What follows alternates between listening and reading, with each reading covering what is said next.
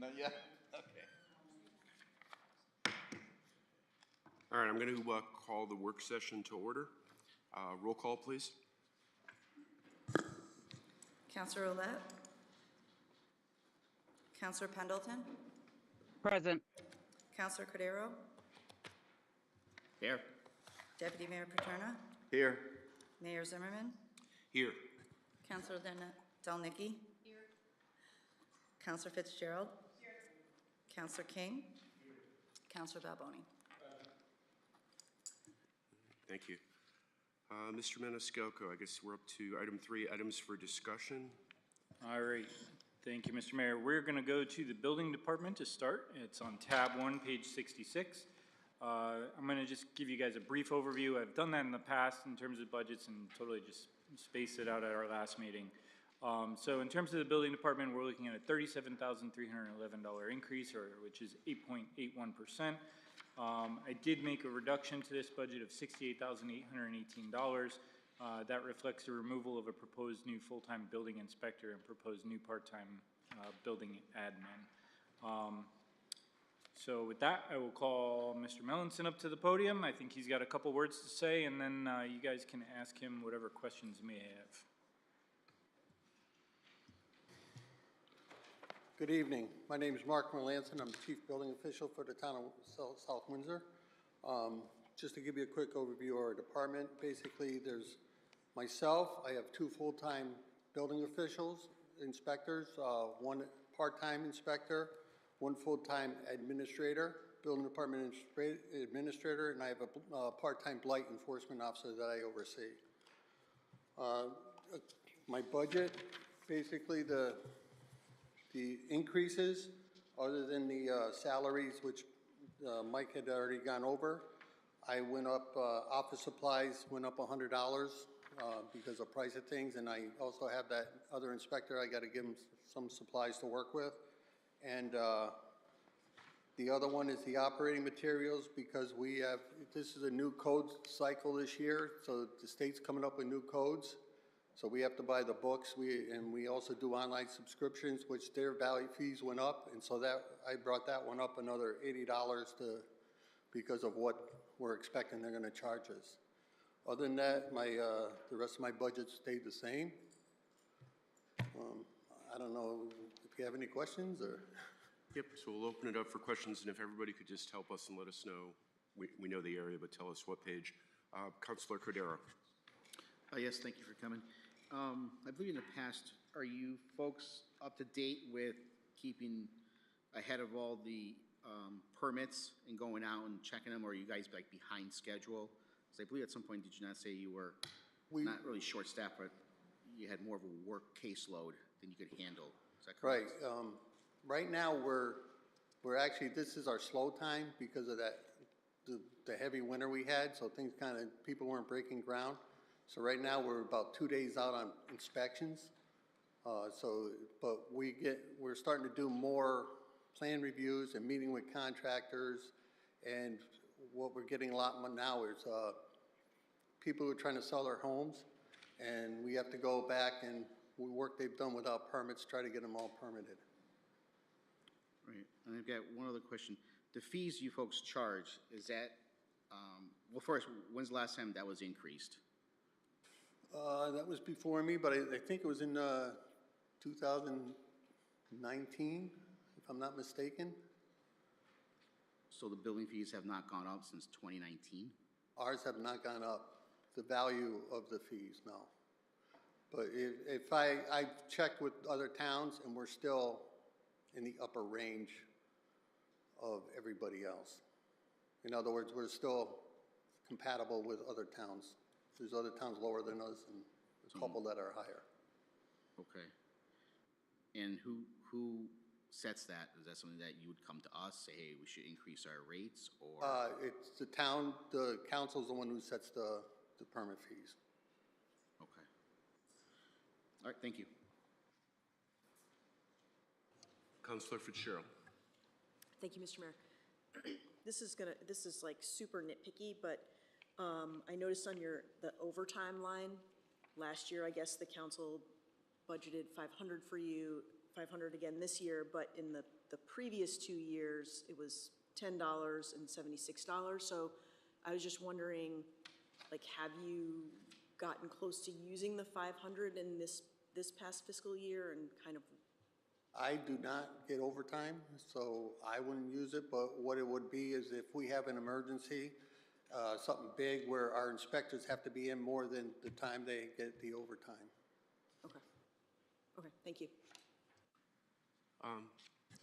Mr. Maniscalco, I didn't ask yesterday, but if, on page 68, can we just use the salary percentage change as an example? Let's just assume that any of the departments didn't add anybody, didn't really reduce anybody, but the percentages are a little bit different. Can you just, more for the public, I think we understand, but more for the public, can you explain why we would see different percentage increases for each department? Certainly. So, we have, in each department, we have multiple collective bargaining units as well as non-union staff. Each of those entities have different percentage increases associated for salaries, depending on, whether we're currently bargaining with that group or whether we've already come to a conclusion of those collective bargaining units. For the most part, the increases for salaries range anywhere from 3 to 3.5%. Based on what the different contracts are or different approvals are in the past.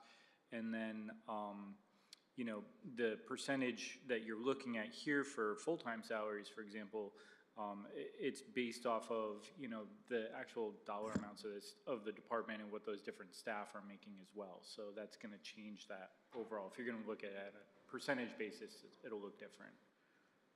All right, and again, I just have a little trouble hearing. Did you talk about steps at all? It's not going to be for everybody, but there are some number So some of our collective bargaining units do get step increases as well. That's not across the board with everyone. Right. So for everybody looking, we did not give a 5.87 salary increase across the board. Definitely not. I don't want anybody to think that. There's details that make up the number. Yep. Okay. Counselor Delnicki. Thank you. I just, under part-time wages, it went from last year to up 16 and change. Is that just the addition of the part-time inspector? That's, we're upping his hours. We want to give him a couple more hours to give us the help because we're still trying to do the backlog of permits that have been open. And that's why it went up. And then also the part-time administrative assistant. Okay, great. Thank you. Deputy Mayor Paterna. Thank you, Mr. Mayor. Mr. Maniscalco, I think most of us know this answer, but I'm curious in terms of the public watching. Most of the collective bargaining contracts are 2 years, 3 years. What's their lifetime? I would say average are typically 3 years is what we shoot for the most part. Sometimes they might be a little longer depending on the current climate and everything else, but I think at this red hot moment, all of them are 3 years. Thank you. Councilor King. Thank you, Mr. Mayor. I see under department requests on page 69, you have, quote unquote, knowing that work has been done without permits and not taking action to correct the issue could open up the town for a liability issue. Can you go deeper into that, please? What was that? On page 69, you say knowing that work has been done without permits and not taking action to correct the issue could open up the town for a liability issue. Could you go a little deeper into that? Basically, what's happened, and a good example is like in a couple of years ago in Bridgeport, the fire at Christmas Eve, Christmas where the kids got killed, and they had made an extra apartment upstairs. Town knew about it as far as they were getting assessed on it and stuff like that, but no inspections were ever done, and it was an illegal apartment. The word just never got around to everybody, and nobody had time to, so situations like that. Basically, what has been ruled is that if one department in the town knows about it, they're supposed to be able to tell everybody, and then, so that's, that's why we're trying to keep ahead. If we hear that somebody has an apartment or something that living in a bedroom that's not supposed to be a bedroom, we immediately act on those. Okay. To Councilor Cordero's point, in regards to, I highlighted, the assessor's office has been notifying us when they find out that work has been done. So that's awesome. However, if we're not raising the fees for certain things, how is the fine? Are we fining enough for that type of stuff? Like, violation of building permit is actually a criminal offense, so we're not allowed to issue fines. It's all done through the courts. Because it does include possibly jail time. So we're not allowed to issue fines.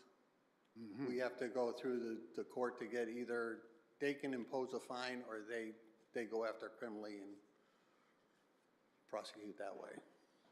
So you're saying if somebody, I don't know, decides they want to build a garage on their property and that gets found out, or, you know, Rick built his pool, you know, he didn't tell anybody. That's a criminal offense? Yes. Failure to, a violation of building permits, just like fire code violations, are criminal offenses. So we can go civilly against the person through the town attorney, but we also have to go through the state prosecutor for the arrest warrant, everything else.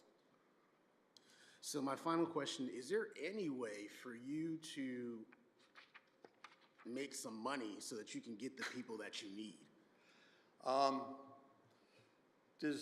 The ways I've seen other towns starting to do it is they charge for re-inspections, because sometimes we go back out for the same inspection 3 times. Either they're not ready or, you know, so we'll go back out, which takes time for our inspectors and everything else. What some towns are starting to do is charge an additional fee for work without permit, an administrative fee, because it takes more time to go back and try to do the paperwork. But other than that, we can't issue fines. It's just an administrative fee because it's more work for the admin and everybody else administratively to do that. Now, is that worth the bang for the buck? It depends. Some towns, it's not going to matter to, I mean, it's not going to make a difference to us. Will it bring more revenue to the town? Yes, it will. How much? I'm not sure. Some people, I've seen people charging $200 for work without permits, per permit, or else some towns charge twice the permit fee. I see. You know? Okay, thank you. So. All right, I think we're good. Thank you very much. Okay, thank you. All right, we are moving on to Registrar of Voters. That's tab 1, page 46. I did not make any modifications to this budget. It's an increase of $5,069 or 2.14% due to part-time wages. So if the ladies want to come up, they could talk about the Registrar of Voters.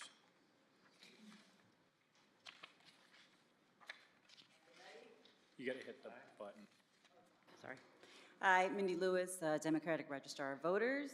Christy Shahar, Republican Registrar of Voters. And this is my first time doing this, so please be kind.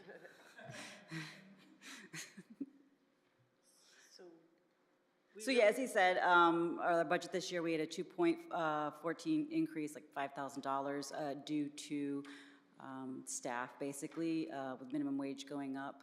You know, we've had to increase our wages a bit. And with all of the early voting, you know, we're still having, and it being a, you know, past couple of years, you know, with early voting, having to add a lot more staff because we have to staff early voting. So we're still dealing with those changes and, you know, new tabulators that are kind of expensive to maintain. So, yeah, any questions? Does anyone have any questions? Councilor Pendleton. Thank you, Mr. Mayor. Hi, Mindy. Welcome, and thank you, and congratulations on your position. I have a question concerning the future of South Windsor over the next year. Do we have any, I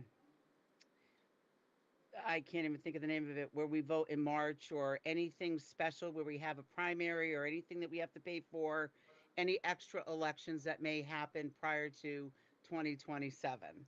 That's what I'm trying to ask, where it may cost us some money. We do probably expect a primary in August. I think that's a safe bet for probably both parties. It's not guaranteed. August this year or next year? This August. But it's, I guess. So do we have enough money in the budget for that primary? Or are you going to come back to us at the time?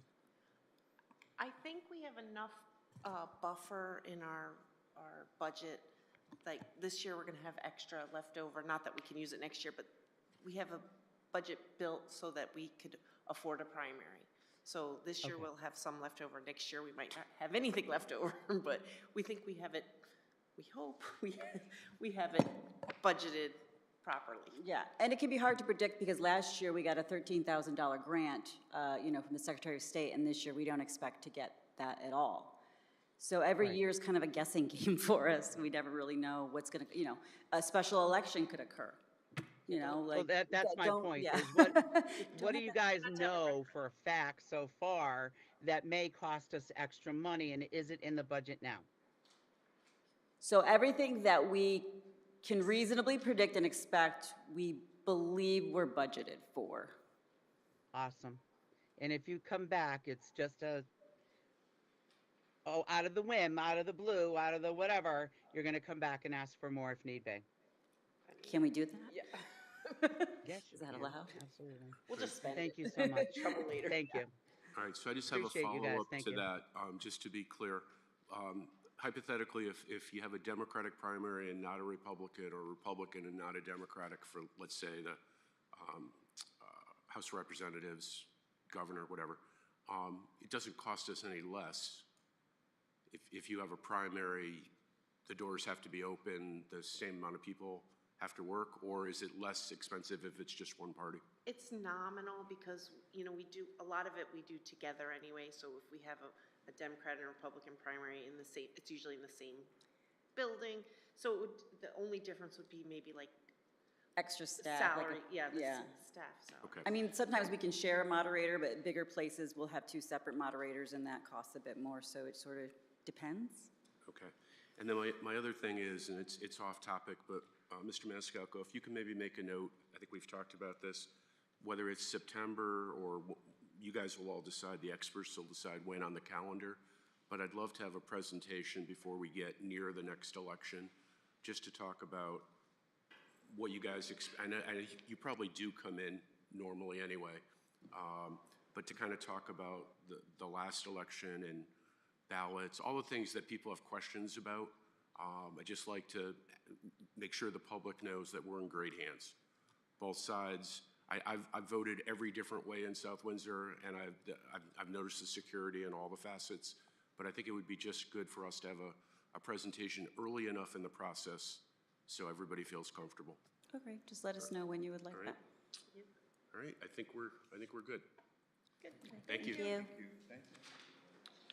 All right, we are going to move on to the Volunteer Fire Department. That is tab 2, page 140.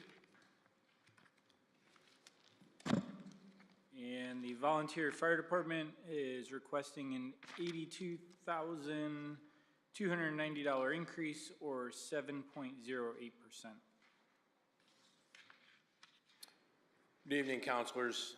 I'm Assistant Chief Brian Peck for the Fire Department, and I'm here to represent the 110 some odd men and women of the fire department here and request your consideration for our budget. We are Excuse me, Assistant Chief? Yes. Excuse me, Assistant Chief? I'm going to recuse myself from this part of the budget, please. Thank you. Okay. Let's see, where was I? Introduction. Money, yes, it's all about the money. So if we get right into the money, last couple years, 2 years ago, we had a 1% increase, very low number. Last year, it was a 3% increase. We've had some expenses that have entered into the budget that have developed this. This is a 7% increase. Is that number correct? 7%, right? Yep. And I just wanted to talk to you about a couple of those things. One of the things that we have done is we have moved our 5-inch supply line purchases. It's 1,000 feet per length. Each of the trucks has 12 lengths on them, and they're $1,000 a piece. What we had been doing to keep our stock replenished was every time we purchased an engine, we would, as part of that bid process, we would put the hose in with that equipment list, and the town would purchase that on a lease purchase, and the hose would come with the truck. And then that hose would be on the truck, and the old truck that was coming offline, we would take those lengths, which were, could be 10 years old, they could be 20 years old. We would put them on the rack and save them. Every year we do hose testing, and we'll have lengths that fail the hose test. We would replace those with ones off the shelf that pass the hose testing.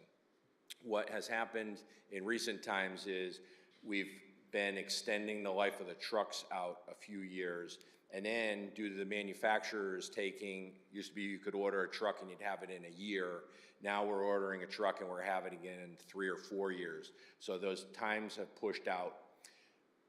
Just at the same time, one of the last trucks that we purchased was the rescue truck, the heavy rescue, and that doesn't have any hose on it.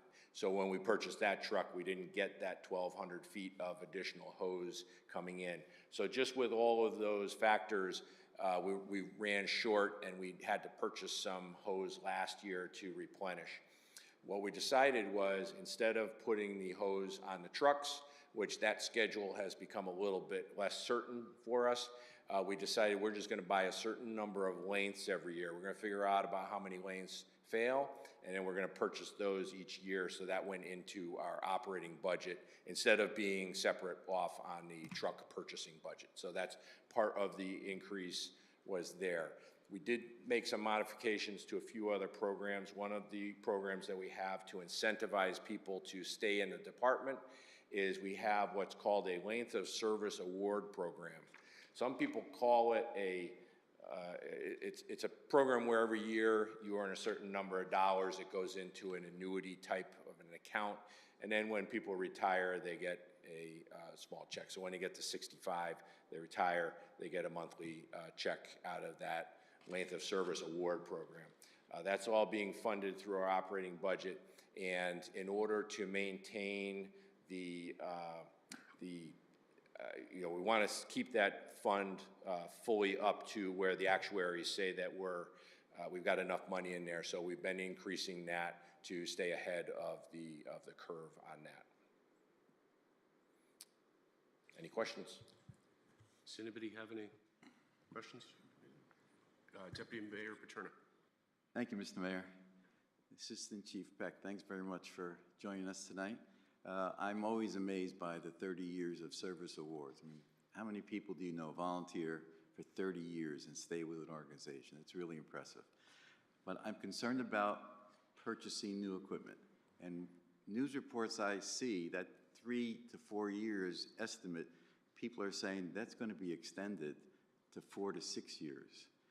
How's that going to, I know you have a great program of replacing vehicles and leasing vehicles, but how's that going to interfere with your future plans if we have to wait 6 years for a new piece of equipment? That's a great question. So we have an apparatus committee that works with the manufacturers to come up with a specification, and then it goes out to bid. And typically our process has been that we put together the spec, it goes out to the various manufacturers, so they're bidding against each other, and then we make that purchase. And when it was 1 year, it was real easy. We could just say, hey, we're coming up where we're going to need to order one so that it will be here in 2027.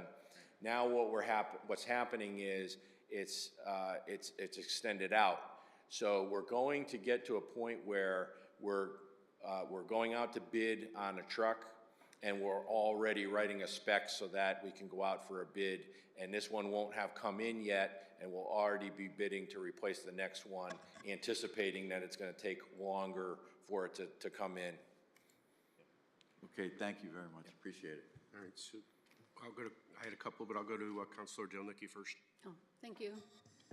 Good evening, Assistant Chief. Just in regards to the per incident reimbursement of $11, is that just recent it's gone to 11? Because it used to be, if I remember, could be thinking a long time ago, $8, but. Yeah, so we actually modified that, and we apparently didn't get that all the way through so that it would get into the printing. What we did was we modified it so that there's a little bit of a scale there, and we based the scale on certifications. So we have all of the members who are active firefighting have to be certified at the state level at firefighter 1. We wanted to incentivize people to become firefighter 2, which would complete the total knowledge base. It's a whole nother 80-something hour training course, and which people have to do on their own time. So in order to incentivize that, if you get Fire 2, then you get an adder. So you won't just get the $11, you'll get $12. And then we also wanted to incentivize people to get their license to drive the trucks, because the trucks don't get out if you don't have drivers. So we added an adder for that. So there are some people who don't have the extra certification and they're not drivers, they're just getting the base amount. And then if you take the initiative to do those other two levels, you can get additional compensation, so. All right, so basically you have step increases depending on certification. So Fire 1 gets a certain dollar amount, Fire 2, and then if you're a driver, you get a different. That's right. So it's you get the base, and then if you get the Fire 2, you get a little bit of an adder, and if you're a driver, you get a little bit of an adder. And if you're a driver and you don't drive to this call, you still get that adder. You still got that license in your pocket, and if we need you to drive, you can drive on the next call, so. Okay, great, thank you. You're welcome. All right, so I have a couple questions. The first comment for the town manager, I think to the public, if people haven't looked, well, actually, Mr. Maniscalco, all the information that we have, is this now online for the residents? Correct, the entire budget book is online for the public to look at. For anybody who hasn't looked yet, and I see the finance director, there's an amazing amount of detail here. I'm first time through, I'm very impressed. I think I heard correctly that Bristol recently got some money through the federal government, and I don't know if it's just fire or if it's a fire and police training facility that they're building. I'm not suggesting that we try to fund anything like that. I know when I did my tour at the beginning, I think it was from the fire department, I heard that for $50,000, somewhere in there, you guys would have been able to build some modular kind of thing that you couldn't get through planning and zoning, if I remember correctly, that would help you train locally. Not trying to resurrect that here, not trying to add anything to the budget, but I guess I'm just maybe try to put that on somebody's list. And I know the police department, they'll talk in a few minutes how far they have to go for training and stuff. And I know sometimes we use current buildings, you know, when they're available. But it certainly, I think maybe at some point we can talk to Bristol just to see the advantages they got from it, if they're getting any revenue from other towns. But it seemed like a really good idea. We did reach out to Bristol because I know you brought this up to us a little while ago, and I believe the chief of police actually reached out to Bristol and spoke with them. They just recently received that money, so the facility's not even built, and they don't, I believe, have a location for it. So I don't know if they'd receive revenue out of it or not, but typically with federally funded projects, you're not able to gain any revenue out of them. There most likely would be a requirement to allow other entities to use it still. That's the standard for when you do get federal money. All right, I just want to get on the record. Can you just let us know ballpark, because I thought it was north of 2 million, but what's a fully outfitted fire truck cost us now, ballpark? Yeah, so it's going to depend on which type of truck it is, and if it's an engine, which has got a pump and water and hose and some ground ladders on it, that one's going to be north of $1 million. If you're getting an aerial truck, which we have one on order right now, it's a ladder truck. It's got a hydraulically operated ladder that's permanently attached to the top. That's going to be around $2 million. Okay, so the $2 million truck, and again, you could get back to us, but I would love to know what that would have cost 3 or 4 years ago, because my understanding is that increase has well exceeded like inflation. No blame to anybody, but I don't know if it's $500,000 more, but I was told that it really has increased. Having bought my fair share of fire trucks, it'd probably be 800 to $1 million, depending on the truck you got. It would, yeah. I mean, it was, I'm dating myself here, but, you know, it used to be that the engines were under 500,000, but, you know, everything goes up. But I think the recent increase that you're talking about is it's true. There's no doubt about it. I just don't exactly have the exact number, but Yeah, those are probably I rough. remember a few years ago buying a ladder truck for around 800,000, and that was a small ladder truck, Right. Okay. so. And then just to end it, could somebody give us a feel, I hear volunteer fire department, and again, I thought when I did the tour, the question was asked, because this budget, it's, you know, $1.3 million. Is that the total? Yes. Okay. Did I hear correctly that it might be $4 or $5 million if we had a paid fire department? There was a number that was shared with me that I thought was at least 3 times, if not 4 times, our current budget. Just to get that out in the public, what a You're great. correct. I mean, I love thanking people that are helping the town, and, you know, these people are all volunteers. You know, $11 for a trip to risk their life, they're all volunteers. But in addition to being volunteers, we're saving $4 million, give or take, every year. Okay? Hopefully, you know, you and your staff hear our thanks, because we're in an amazing situation here in South Windsor. So I thank will you. certainly pass it along to the troops. Thank you. Anybody else? All right, thank you. All right, thank you. All right, we're going to move on to the police department. That's tab 2, page 105, for where it begins. I did reduce the police department budget by $192,412. This reduction is allocated between the police department operations, which was $55,397, and police support, which was $137,015. There's no change to the police administration or community services budget. The overall police department budget represents an increase of $647,222, or 7.36%, compared to the prior year. Good evening, Mr. Mayor, members of the council. It's good to see you again. Thank you for having us. The police department continues on the strong path that it's been on for several years. As our budget increases, I point to personnel costs and vehicle costs are the biggest variables that we have. Some fun facts, the manager gave you the overall numbers, what the proposed increases were. It was cut a little bit. He and I discussed some of the cuts that he made, and we agreed as kind of what could go and what really shouldn't or couldn't. But if we had stuck with the numbers from my proposal, if we had kept everything the same and only honored contractual increases, we would have still come in at a 4.5% increase. Conversely, if we had ignored our contractual obligations and came in with just vehicles, it would have been about a 4.5% increase. So take those big variables out, and there's very little, as has been the case for several years, very little what I would call discretionary spending or discretionary budget.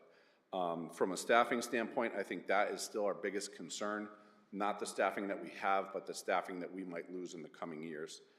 That story has not changed from last fiscal year presentation or even the year before that. Currently, our authorized sworn strength is 47, and I'm happy to report that we currently employ 47. And that's a bit of an anomaly when we look at the region and the recruiting trends, and some will call it a recruiting crisis in law enforcement. We have 47 people on the books, on the payroll. About 40 of them are fully operational. 3 are just finishing their field training. 1 is in the academy.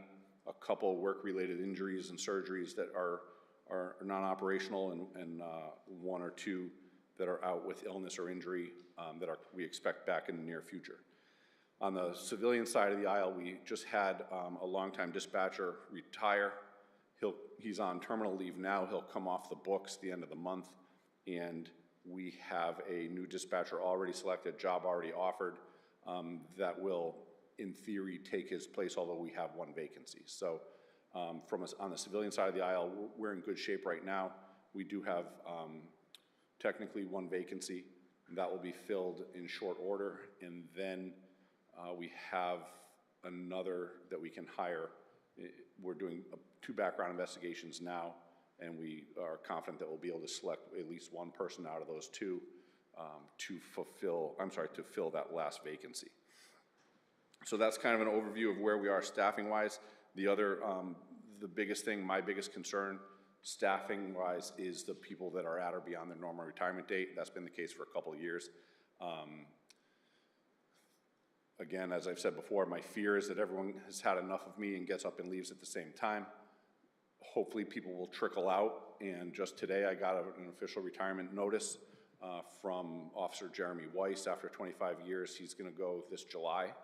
And then unofficially, and I won't use names because it's unofficial, but I'm expecting another supervisor possibly in the fall, October, November, another supervisor later in the winter, probably February, and those are the ones that I know about. And then there's a couple who kind of have their ear to the ground, and I know that if they get the right opportunity or the wind blows the right direction, they'll go too.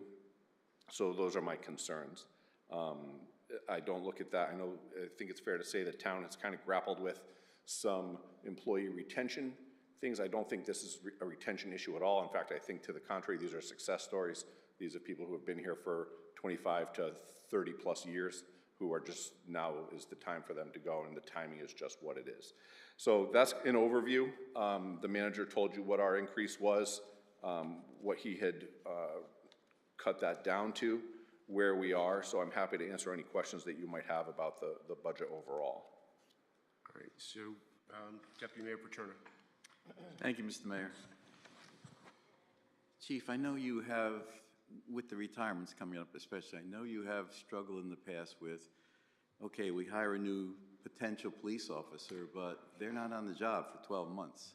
At least. And what I see out in not only this state, but other states, is police departments starting to offer bonuses for people to transfer from one department to another. Can you tell us what the advantages or disadvantages of that kind of approach would be? Sure. I think there's a couple different things. One is this theory of a hiring bonus. Yeah. And certainly that's in place to incentivize people to come on board and attract them. In some of the different meetings and trainings I've been to, there is the kind of the warning out there that, well, careful, if they have to offer you $10,000 or $15,000 to come, why is that? Why are they not able to attract good candidates without that bonus? There is a small provision in the existing collective bargaining agreement that allows for a small, I'll call it a stipend or an allowance to come on board, really I think to help with relocation costs if they become an issue. We currently don't offer a big hiring bonus. I don't think right now we need to. I think the reputation of the agency, the quality of the town, the support from you folks, the support from the citizens, the training we provide, the equipment we provide are enough to incentivize people to come. Will that change down the road? It's hard to speculate, but I always am kind of wondering if someone's offering $15,000, well, why is it that they are, what creates that desperation? And I talk about it superficially with some of my colleagues, my peers, other chiefs, and some places do it not quite that high. Out west, I feel like you see big dollars. Around here, you might see 5,000, 10,000. I just saw one recently. Who was it?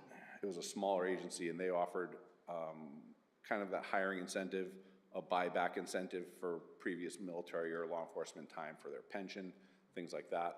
But I'm not seeing a lot of that, and I don't think we need it right now, quite frankly. Okay, thank you. I know we have recently had a transfer from another town, I think it was Bristol or New Britain, and this officer transferred here. Are there any financial arrangements that had to be made for that to happen? There were not. I spoke with Chief Marino. This was New Britain that you're talking about. Officer from New Britain had expressed an interest in coming here. She had just south of 2 years on in New Britain. The way the regulation is in Connecticut is if someone leaves their agency within 2 years, then the agency receiving that person may have to reimburse the agency that's losing that person up to 50% of their certification costs. So that includes personnel, equipment, training, all that. So when Nina expressed an interest in coming here. I spoke with Chief Marino in New Britain. All the CAP region chiefs have a pretty good relationship. We meet frequently, we know each other, first name basis, and can pick each other out of the crowd. And I spoke to him, and he said, yeah, he said, you're only a couple weeks shy of that. I'm not gonna bother you with that. So that was we'll call it an amicable separation, and she's here now, and she's doing a fantastic job. We're happy to have her, and so that's a win for us. And I said to him, it's a loss for New Britain. We knew she was gonna be a real high-quality candidate, and we were right. Thank you. Councilor King. Thank you, Mr. Mayor. On page 107, you have where you say, in recent years, the police department was forced into cuts and restrictions that limited our ability to keep pace with the town's growth, and current proposed budget is reflective of the possible implications of those stifling fiscal cycles. If you can go into that, and is that still the case? Paragraph 2 from my fellow counselors, last sentence. Yep, so when I looked at the initial increase, and I think any department head submits their budget to the manager, and they kind of look at what that number is, and they hold their breath, and they say, oh boy, this isn't coming in at what we've been asked to come in at in previous years. So last year, the fiscal year that we're sitting in, we were asked to come in at, quote unquote, as close to a zero as possible, and we make that work. With our contractual obligations, we end up having to make cuts elsewhere in order to right the ship. The year before that, we were held to a zero, and the same thing. We had our contractual obligations, primarily wage increases that do that. So and I think I used the analogy last year of holding our breath for another year. And I said, we can hold our breath. The concern is when we start to breathe again, we're gonna be huffing and puffing. And I think that is, that 9.5 increase is indicative of that type of holding, that type of delay. The other analogy I was thinking of was crimping your garden hose. And you can stop the flow of water, but when you let it go, it's gonna splash out at a higher rate until it settles back into its normal state. So I think that's what this is. Do I think that we'll come in next year at a 9.55? I don't think that's where we're at. I think we're playing catch up from previous years. You know, I could easily come in, like any department head could, I could easily come in with an astronomical number, and I think that myself, the deputy chief, the 3 division commanders that submit budgets to us do a real good job of sifting through the needs and the wants and balancing those. And this budget as submitted is 99% needs. There's, like I said, there's not a lot of wants in there. I took out some wants. There's some programs and initiatives that I would like to pursue that just are luxury items at this point. And then in conversations with the manager, what he trimmed out was closer to the middle of the need versus the want. And like I said, in the past, for years, we've just trimmed away. My fear is that at some point, we're gonna nick an artery as we trim away fat. And you know, this year, with the help of finance, our overtime budget, we were over budget in overtime. We just didn't increase it last year to try to arrive at that as close to a zero as possible. With finance's help, Patty and Valerie's help, we moved some money out of full-time salaries because of some workers' comp claims and a vacancy for part of the year. We had that money there. We transferred that over, so that balances the books.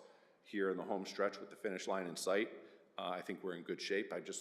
Each week we have a command staff meeting on Monday mornings. Our office administrator, Elizabeth, gives us a weekly budget report, and I calculate each week where are we relative to, if you know the budget is supposed to go, in theory, 1.92% per week. That times the number of weeks we're in, where are we? And right now we're right on pace. We're good. I think we should be at, I get it wrong, Patty will laugh at me. I think we're 78.7 and we're at like 78.9. So I'm very comfortable with where we're at, but we need to be very mindful of growth moving forward, fleet reliability moving forward, staffing moving forward, and unfortunately, those are the big ticket items. Thank you for that. On the following page, on 108, let's see, I guess the second full paragraph down, you talked about the Buckland district. And I'm wondering, I see the cop cars all the time going down Ellington Road, obviously, and I kind of ask this question every year. First, our relationship with Manchester, whenever we need to help them, it sounds like you have a good one. I guess my inquiry would be, are we spending money that we could potentially be getting back from Manchester in regards to any activity that they may need our help? Is it not a quid pro quo, but is it just equal? I think two things. I think in terms of labor offered or labor exchanged, I think it's a trade-off. You know, we may run over there. It's very episodic. They are, no secret, they're a bigger, busier agency than we are. So there's times where they'll say, you know, there's an alarm at Home Depot. Can you just send someone over the town line? The other day, one of our officers heard on their radio that they were in a foot pursuit up near, I think it was a foot pursuit up at the mall, and he kind of drifted that direction just to see if it was going to come over the hill. We have worked well with Manchester in particular with some hard goods exchanges. They were having some taser issues. We were able to get them some tasers, old tasers that aren't serviceable for us. I'm not quite sure exactly what they're using them for, but we arranged that and had permission from the manager, and we didn't charge them for that. But also, Manchester gave us several boxes full of dash cam accessories, equipment, hardware, things that we need instead of going out and buying new ones as this system ages and is not supported. So there's a I scratch your back, you scratch my back relationship with them, and really all of them. We had early this year, January 2nd or 3rd, you may remember a SWAT call out on Pierce Road, and with that I was just talking with the deputy chief the other day about it. You know, a situation like that, we pushed the help button for the regional tactical team, and we had probably 20 to 40 specially trained, specially equipped officers there, and that doesn't cost us a dime. Those towns are paying overtime for those folks, and the reciprocity exists when Enfield had a high-risk arrest warrant the other day. They pressed the button for help. We send a couple of our people up there, and it all comes out in the wash, because that incident on Pierce Road, we wouldn't have been able to handle it on our own. So I think that mutual aid, reciprocity, we do, from a financial standpoint, I think we probably win more than we lose in terms of the benefit we gain. Awesome. My last questions are in regards to, from my fellow counselors, the Munis page number 39. Under 221, we have miscellaneous office supplies. It sounds petty, but there's a reason that I'm asking all this. What are we mailing that we need $1,000? The newspaper subscriptions, they're only 351. My question is this something that potentially, and I have kind of looked through everything, that we can get under one number just for the town so it doesn't have to come out of your budget? And I guess that's a question for the town manager. It just seems like, all right, office supplies, why is that coming out of your budget? We do participate in a shared type of situation? Townwide office supply purchase. Okay. I think we maintain a small amount for accidentals. Yeah, incidentals, things we need quick that we don't need to go to on a big blanket purchase for. Okay. And the newspapers, that's much to the deputy chief's chagrin, but it was just so expensive to get the hard copies, and if we could save a few bucks, that's what we do. Nope. He doesn't like it, but. That's fine. I appreciate that. The last one is in regards to 320, the abandoned car towing. I'm sorry, I didn't hear you. 320, professional, where it says abandoned car towing. Mm-hmm. We pay for that, or do we charge for the cars? Are we able to find out, are we able to get that money back, or? I think so. So when we tow a car that's abandoned on the road, we can tow the car, and then there's some forfeiture proceedings we can go through, so we can either then acquire the car and offload it for scrap, which offsets the cost of the tow, but the initial cost of the tow, just to get a wrecker out there, hook it up and get it out of the roadway or off the side of off the shoulder, that's a cost that we pay up front. And then from there, what happens, because it doesn't come to us, it goes to the tow yard. Right. So then I think if the car goes unclaimed, then there's property asset forfeiture type stuff we can pursue. So it's more for expediency? Yeah, very much. Thank you. Thank you. Mm-hmm. Councilor Del Nicky. Thank you. Thank you for coming tonight, Chief. Just for everybody, on page 115, you have a request for an additional officer for this year. You're requesting one. You're going from 23 right now to 24 positions. So my question would be to you if you were to get one more, what would you do with that officer? Where would you, are you able to say where you can put this officer, like on the road, in a school? Or would you be able to decide that now, or? Yeah, so currently we're at 47 sworn total, and then when you see the numbers, those are the 22, 23, that's in that division. So I always go back to the general, what's our number? What's our authorized strength? Right now it's at 47. In this budget, I initially asked for 48, and then to save some money with the manager conversations, I don't think it's really realistic if you push the button on July 1 that we would be able to identify, select, test, vet, hire anyone until they started a January academy, so you're already halfway through the fiscal year. So I threw out the idea of, hey, if we cut that FTE by 50% with kind of the assumption that they'd be hired in and around January 1st, that would save us some money. You don't have to give us a full year's salary for that person. And then if we got, that would be a 48th spot. If we got the 49th, which I think we need, and that was my plan over the last several years, was to try to do one a year. That 49, another one would bring us to 49. To answer your question as to where would I put that person, I've had conversations with the mayor about his interest in having an SRO at the elementary schools, or to share, somehow have SRO coverage at the elementary schools.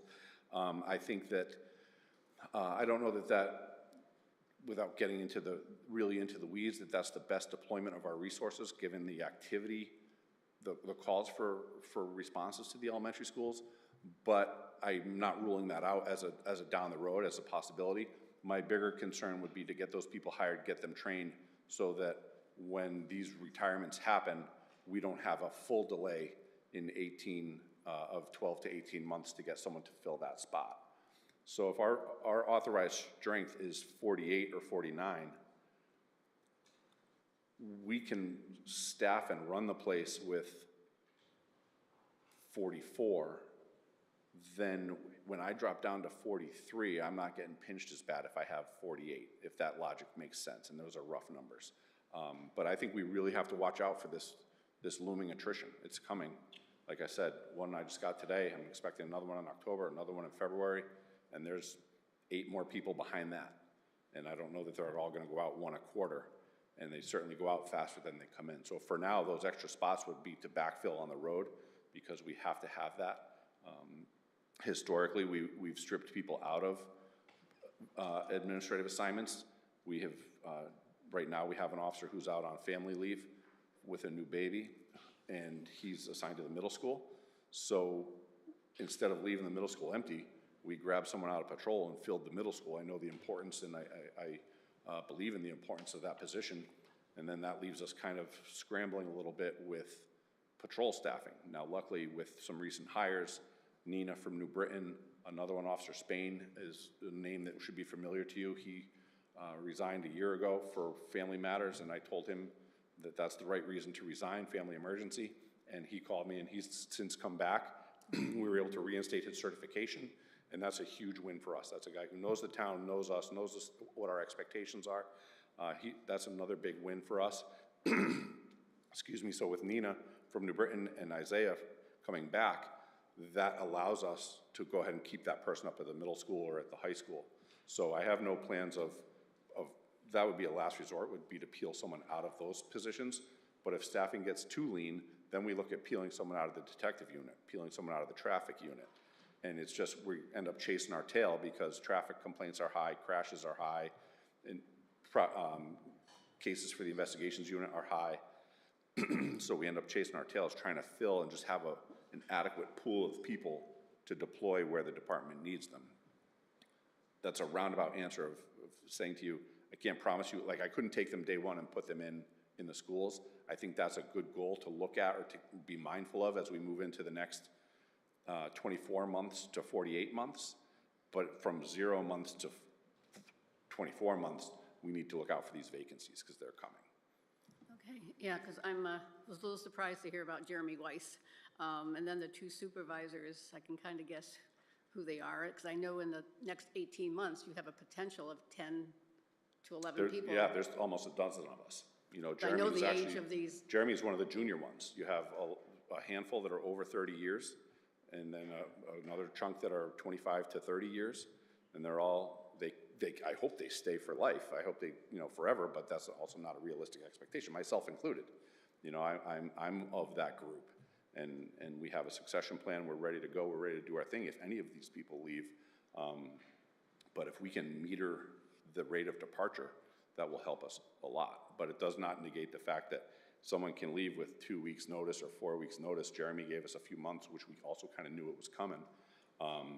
That doesn't offset the delay in getting someone up and running.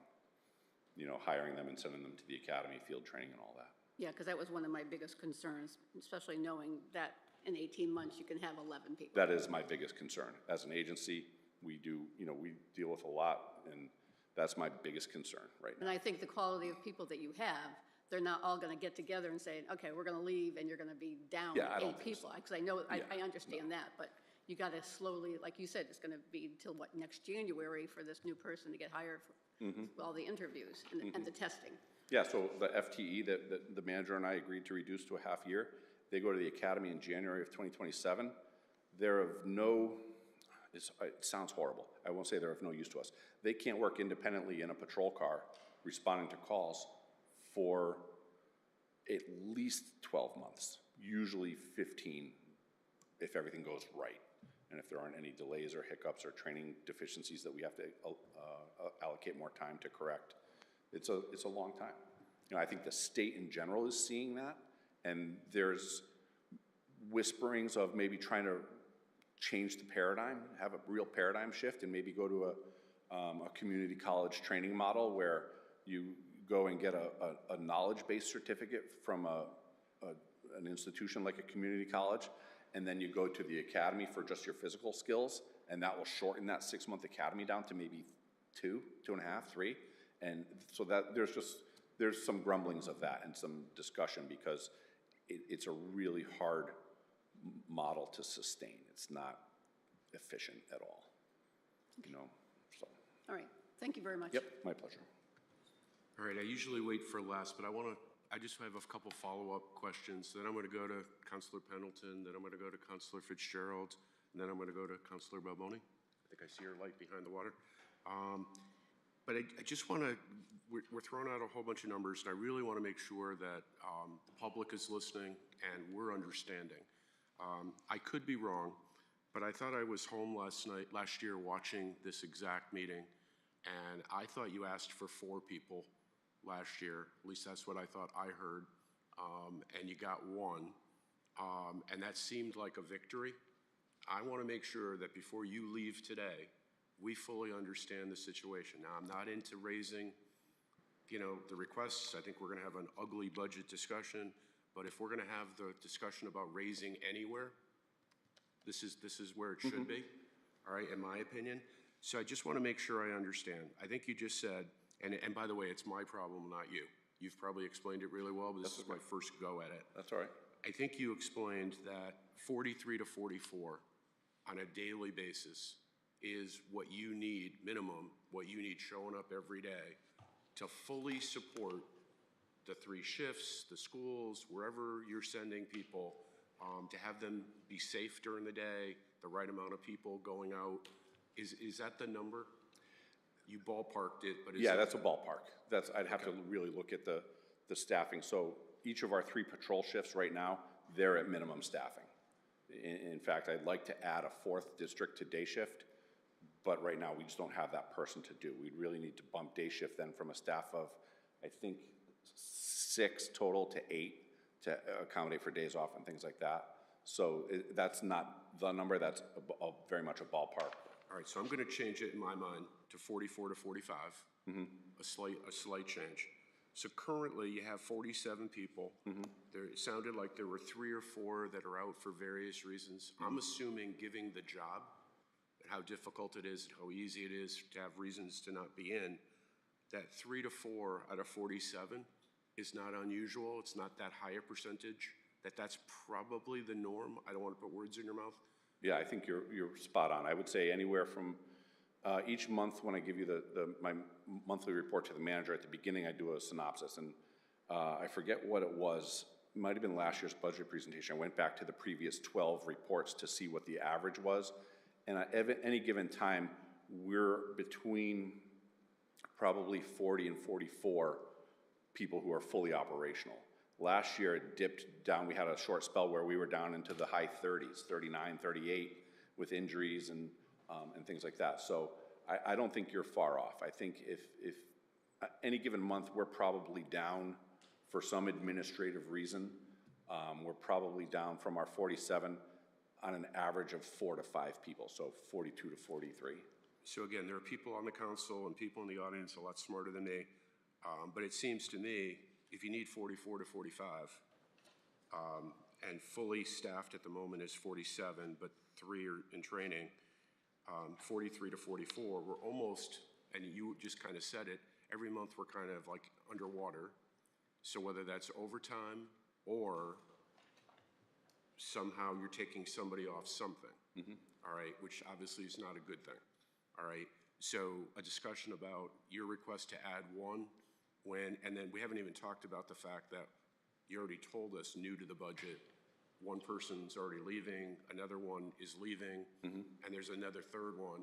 So I guess I'm gonna ask you maybe to talk to the town manager like offline and have him or you come back before we get to the end of the budget cycle to talk about what the request really should be. And then we haven't even factored in, they really can't do much for us for 6 months to a year. Right. And we don't want this, but they could go through the whole process and either, I don't want to say fail out, whatever the word would be. There's a certain percentage that don't get to the end, you don't want to hire them ultimately, or they may change their mind. So even in a perfect world, we have a problem. We have a problem now. We've had a problem, and nothing I've seen in the budget, no knock to either you or the town manager, this doesn't seem to fix it. And again, I'm going to be scared when I see the number, but I guess I would like us to see what the number is. I don't think it's one person. So I'd be interested in that.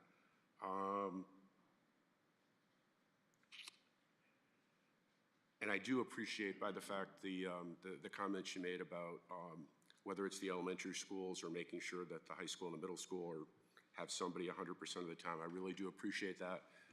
And I know you use your due diligence to, right now you're kind of putting your finger in the dike a whole bunch of places. And the way you described, I'm not going to read you another paragraph that you wrote for the budget, but the way you described it is very much kind of what we've heard in the past from the superintendent. If we're not cutting something, but we're just delaying it, the down the road is only more expensive. Right. I kind of wish we could go back 5-10 years ago when we used to have 2% budget increases, and I wish the leaders at the time, instead of 2% or heaven forbid 0, when they did a 0 one year, if they had just done 1%, if they were at 1 or 2%, if they had just done 1% higher, it would be sitting for the town manager and the superintendent to fund what we currently need without asking for 7%. Right, and that's kind of what I've tried to do is, my original goal was to move us from 46 to 49 with 1 a year over 3 years. And by asking for the 1 this year, I'm trying to do it progressively, and I don't think it would be fair to the taxpayers, nor do I think it would be fair to the other department heads if I came in here with asking for 3 new full-time positions that I know are expensive. That's the lion's share of what my budget is. It's probably in the neighborhood of 75% personnel costs. It wouldn't be fair to the taxpayers or the other department heads if I came in and said, hey, I need all these new people. I think to do it progressively is responsible, but I do agree with you, and I'm glad you hear the argument that we kind of have been kicking the can down the road, and the problem's not going away. It's still down there, and we have to deal with it. So I can certainly get you get the council what I think is the number, of the workable number, and there's always something that comes up. We had a dispatcher have an unfortunate diagnosis recently. We're working on staffing that, coupled with the retirement of another one. So I feel like the guy in the circus spinning the plates, and I'm just trying to keep them spinning and not let any fall. Knock on wood, we've been successful. The deputy chief is a fantastic advisor to myself, and the command staff is on point, and we are making sure that the essential function is getting done. When someone calls 911, we're getting there in under 3 minutes, is typically what we're doing. You know, and just to be clear, I just want the information. What we do with it, we may not be able Yeah, to fund it. absolutely. But I think we need to know. Yep. Councilor Pendleton. Or did I Thank you, cover? Mr. Mayor. Thank you. First of all, I'd just like to say, I hear you completely, Chief, and I don't remember a year that I haven't supported your department.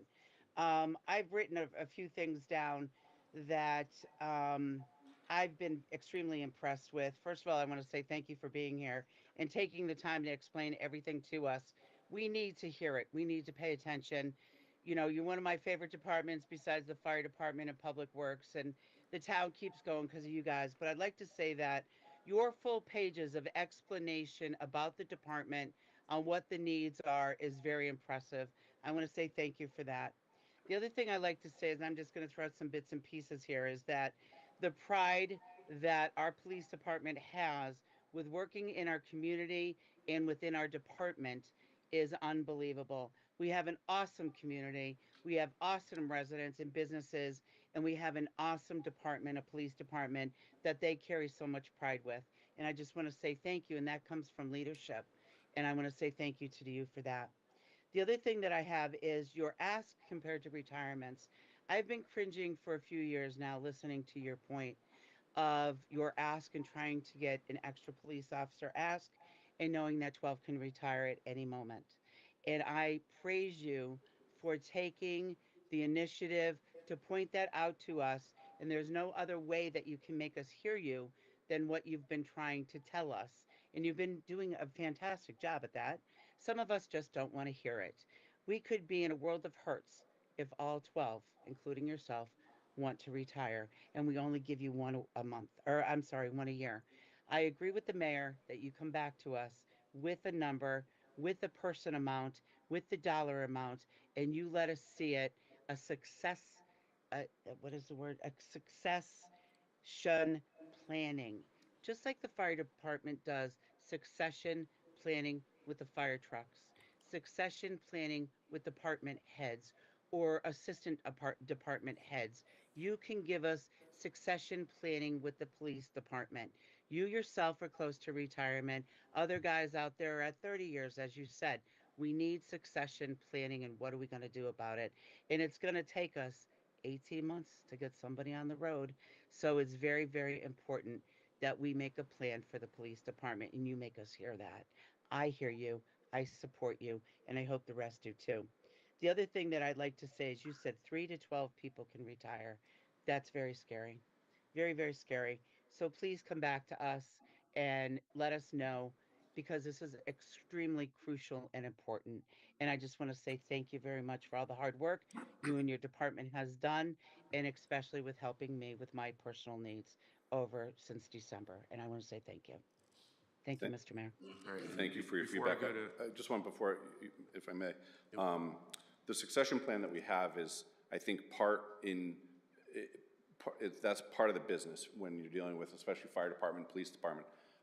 There is one that's written, the manager has it, I think other departments did it, but ours is very specific, and we, unfortunately, the police department lives in a world where if something were to happen to me tragically tonight on my way home, then tomorrow morning Brian knows where we're at, he knows what the pulse of the place is, and he can slide right in and do what he needs to do.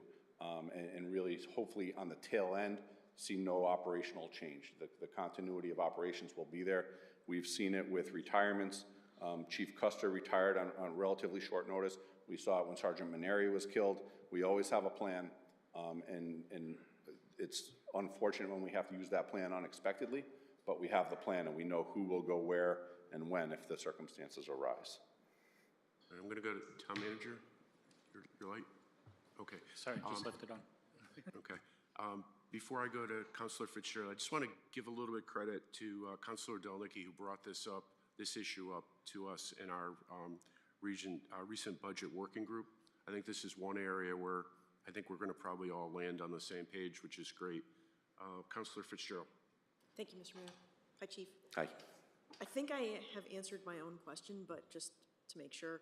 I'm on page 123 for my fellow counselors.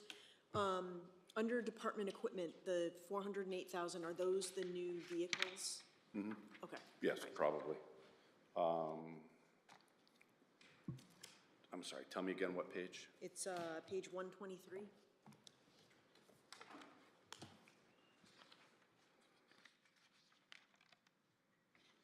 Yeah, if it's 400-something thousand, it's cars. Cars, okay, thank you, Yeah, that would be 4 marked cars, 4 patrol cars that we asked for.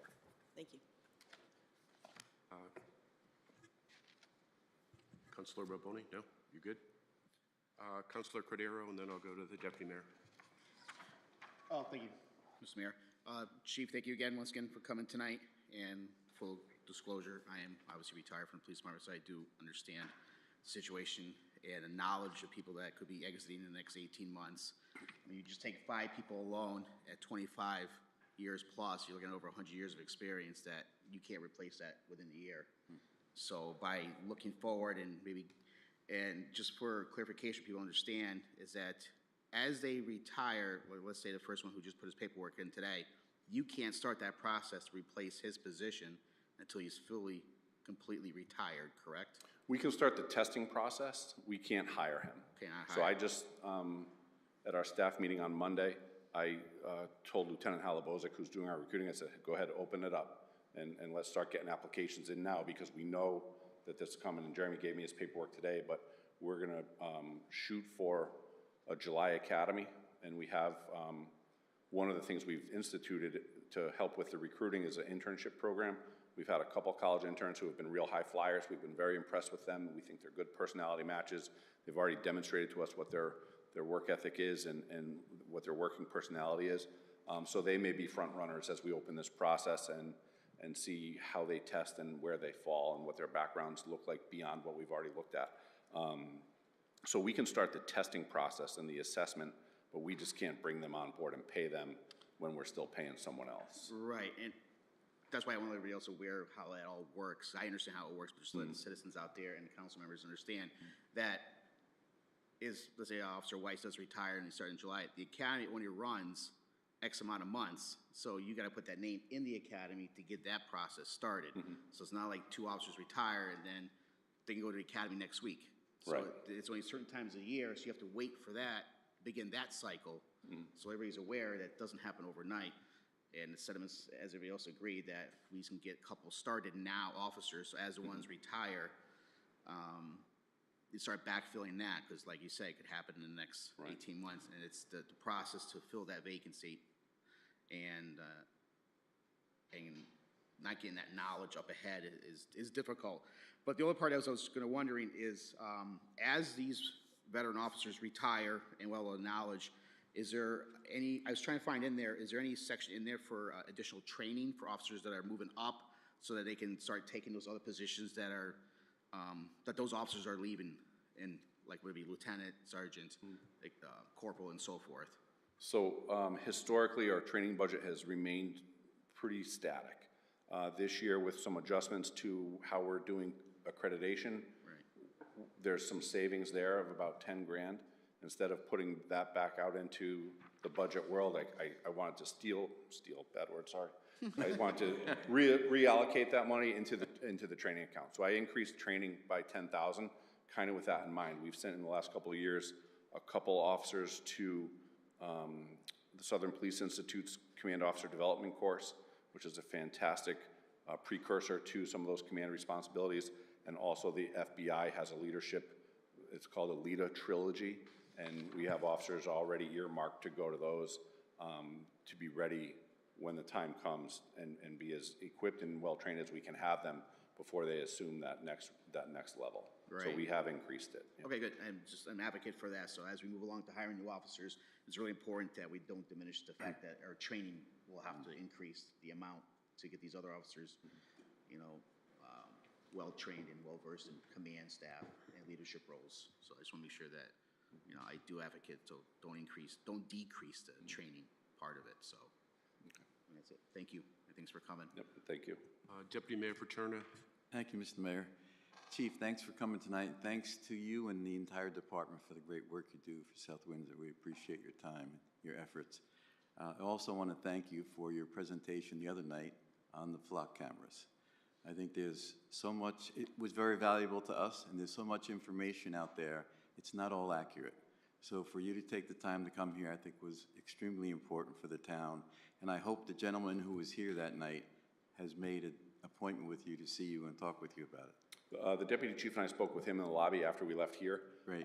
And we had a good conversation. You know, we have different opinions, and that's what this world's all about, and that's fine. Right. We actually left it. We might have to agree to disagree. Right. And I think he understood that and appreciates that.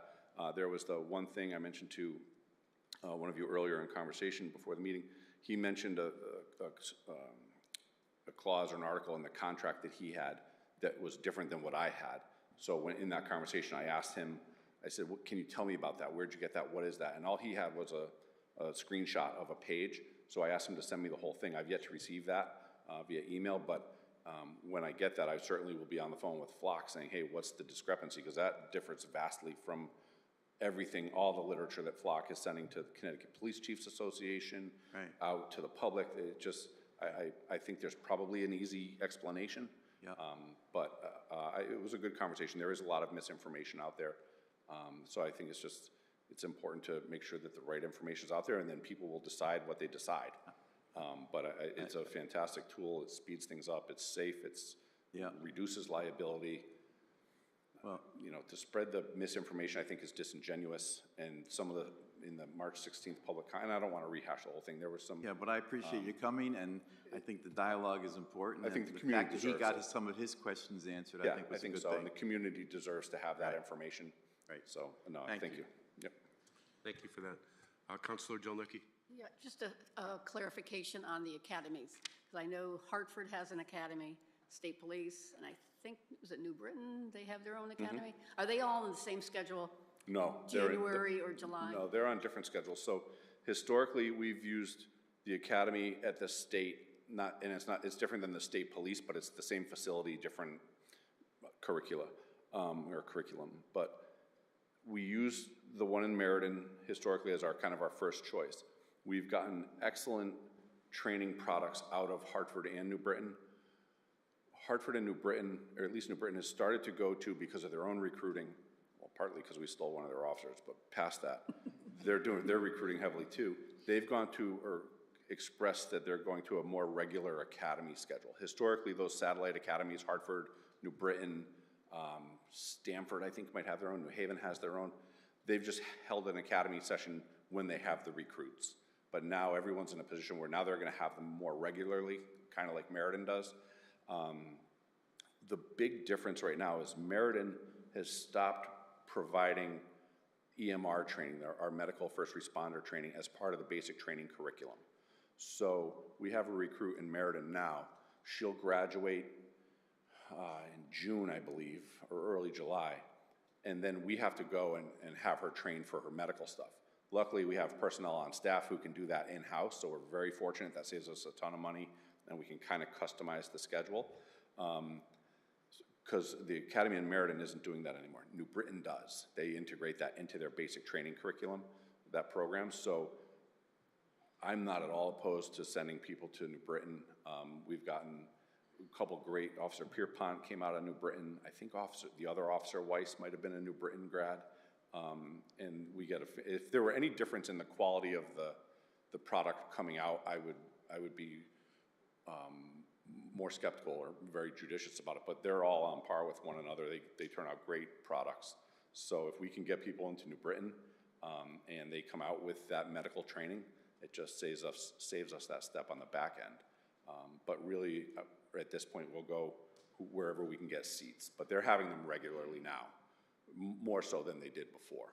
So when you say regularly, January, July, or could New Britain right now have a September class coming? Yeah, so they aren't all at the same time. So Meriden, if Meriden has a December and a July, January and July, New Britain doesn't have a January and July. They might have a April and a September, so they're offset. So we'll also find who's available when. Excuse me. We'll find who's available when. How does that align with our hiring pace? So we have seats right now reserved for July in Meriden. And if we can get someone hired, it will be right about the time Jeremy Weiss goes off the books, so that salary money is freed up and we can send someone there. The timing works well there.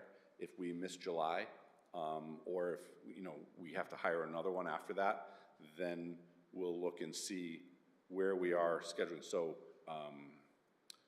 can we fit in the polygraph, the psychological, doctor's physical, background investigation, all that stuff in time to, because what we won't do and what we never have done is compromise on standards or quality. I'd rather wait, and I know you don't want to hear it, I'd rather pay the overtime to fill the vacancy. I want to make sure we get the right people in to do the job so that we can do it the way we've done it for longer than I've been chief. So we're mindful of those academies. We're willing to use them. They don't start and finish on the same intervals. So they're kind of staggered, which allows us to shop around a little bit based on what timeline suits our needs best or fits our needs best. Okay. Does that answer the question? Yeah, no, that's Okay. really good, because when you say January, but then you have a July. Yeah, the Academy of Meriden's pretty much, if I remember correctly, I think they're running 2 a year. There might be 4. There might be an overlap. In fact, I think there is. And they've been very steady with that. The hard part down there is getting seats, because every department in the state is trying to get seats, and there's 40 to 50 seats per class. And it's just, like I said, it's a tough model to try to sustain and backfill. But New Britain and Hartford have been great to us. Okay, great, thank you. Councilor King. Thank you, Mr. Mayor.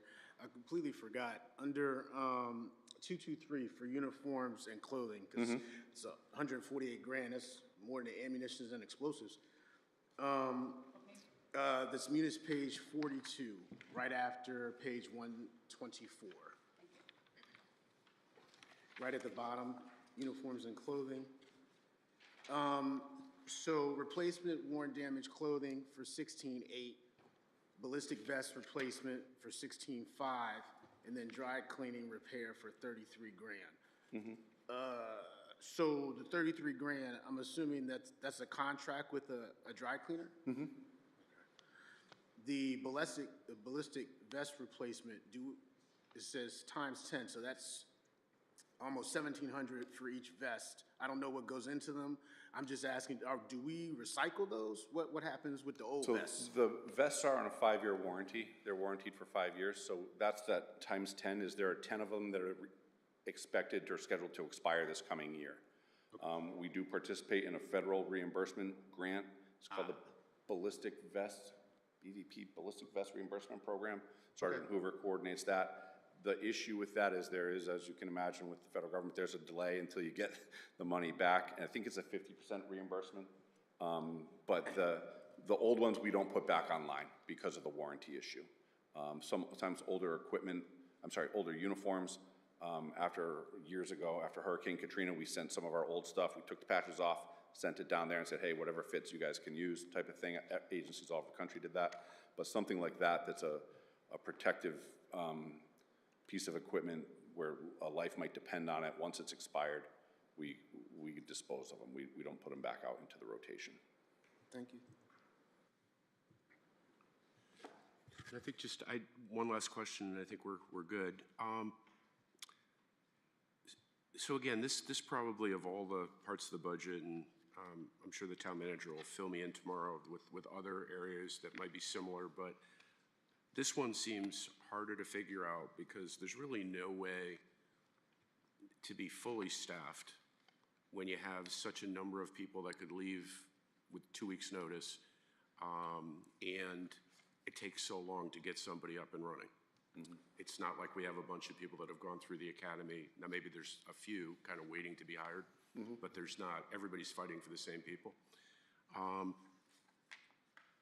Are there ever retired officers? Somebody gets hired when they're 25, puts in 25 years, they're 50 years old, they're retired for a few years, figure out, hey, I'd kind of like the action. Are there ever retired officers that you could hire for a period of time? Is that not? Yeah, that's what we do that, whether they're retired and looking for a second career or whether they're transferring from another agency.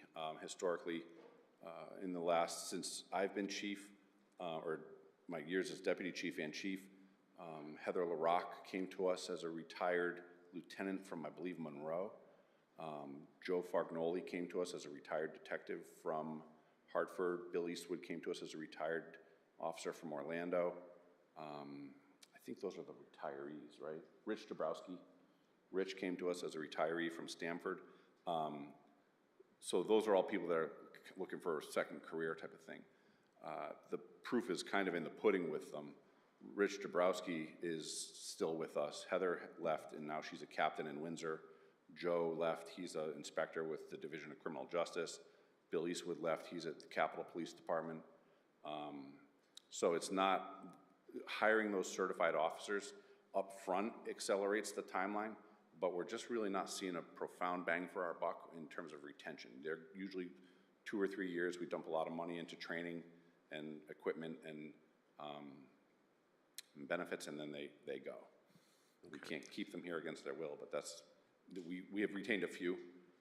We see more success with a person who does 5 years at another agency and then wants to leave to do something bigger, smaller, closer to home, different pace, whatever it is. We see more luck with those folks. Okay, and I'll just end with the problem because we can all think about it over the next few weeks. So if we're not overstaffed, which you really kind of need to be to then become fully staffed when people leave, and there's not a whole bunch of retired people out there to easily get, and I'm sure we're watching the overtime budget pretty carefully, so you got to manage that. At the end of the day, every week, every month, somewhere along the way, you're making decisions. You're getting by. I'm not going to say you're understaffing. I'm not going to say things aren't being done. But you're making decisions that in a perfect world we wouldn't have you make. Now, on the other hand, you don't want the opposite.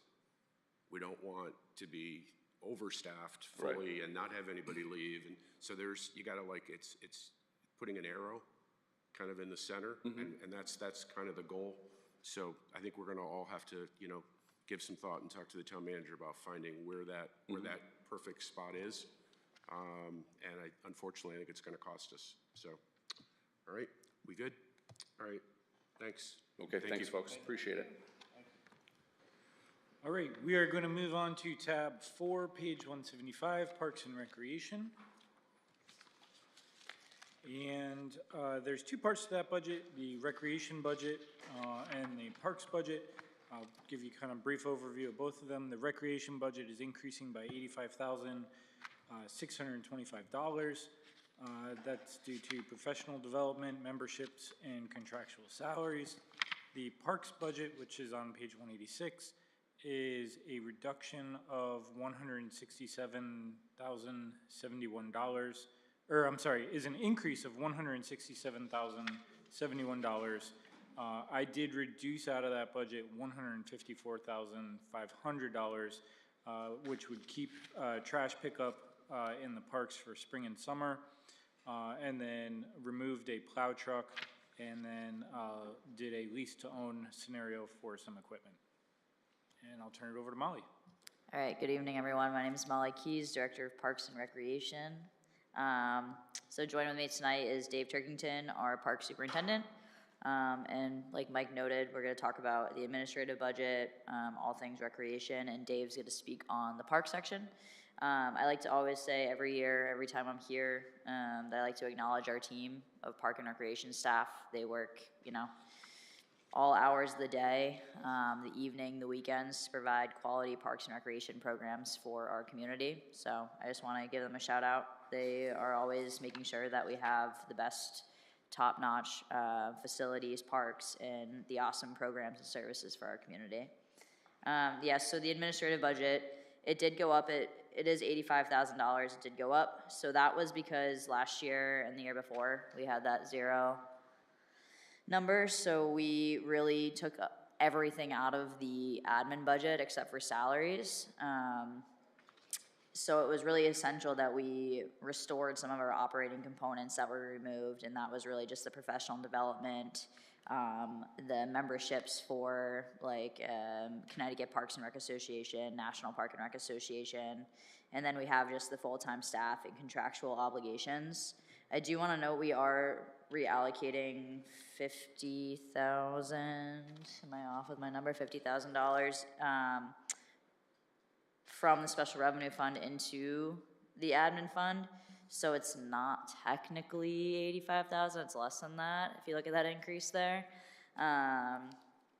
So it sounds worse than it actually is in terms of that.